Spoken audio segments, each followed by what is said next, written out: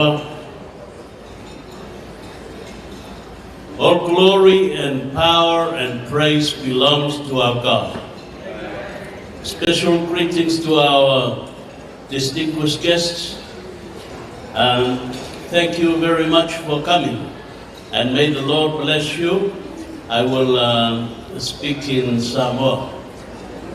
Ole mamalu mainga mafane tanga ko uma il tato tua lamele ave stato taulanga pat pache vi aile tua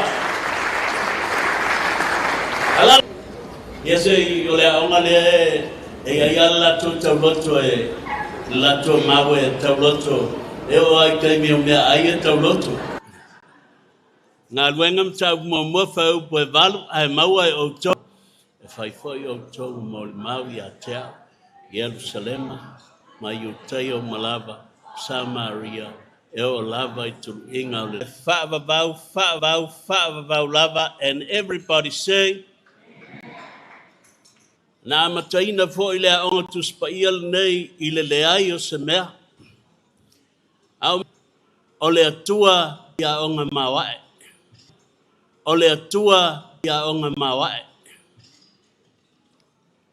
ai fatula ia le atua au na le atua mamafai mai le faiva fai fe au ai mafai ona lato wa o ina le afionga fa wina le atua longa lua botosina mai le atua tangata o le atua AIMA ai doctor ia ma ele Professor Anthony wa mafai ona mai ma o ina ia le afionga le atua e te tau ai se pati mo tatou atua ia vi ia launa swafa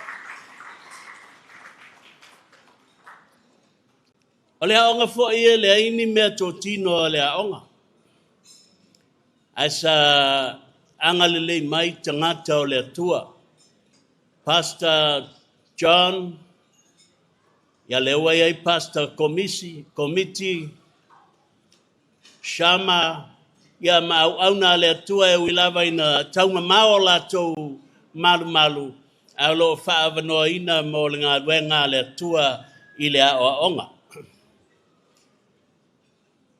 O le fitu nei tau sanga talo na amtaina ia le aonga tuspa ia I Sydney nei au le lona tolu lea o whaunga.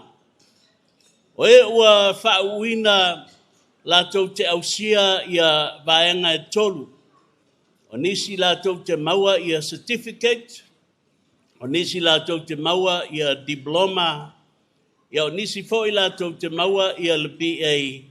Ia o le talilina o la tau whamoe wa iu ia le la tau tau whainga ili nei tau sanga ia vi ia le atua. Au tō mawhawhau I whaunga ia o tō nai. Ona matua lea o tamaiti sa whauina I whaunga ua mawai. O nisi o tama wina ua avea mawhai a onga o le a onga tuspa ia.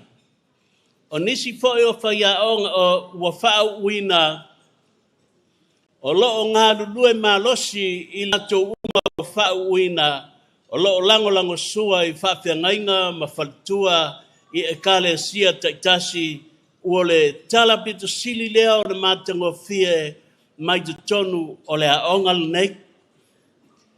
O le upu whapitoa ia le mamalu o le atua I lunga I ate o tau vi I ai le swafal tama le alo ma le anganga pa ia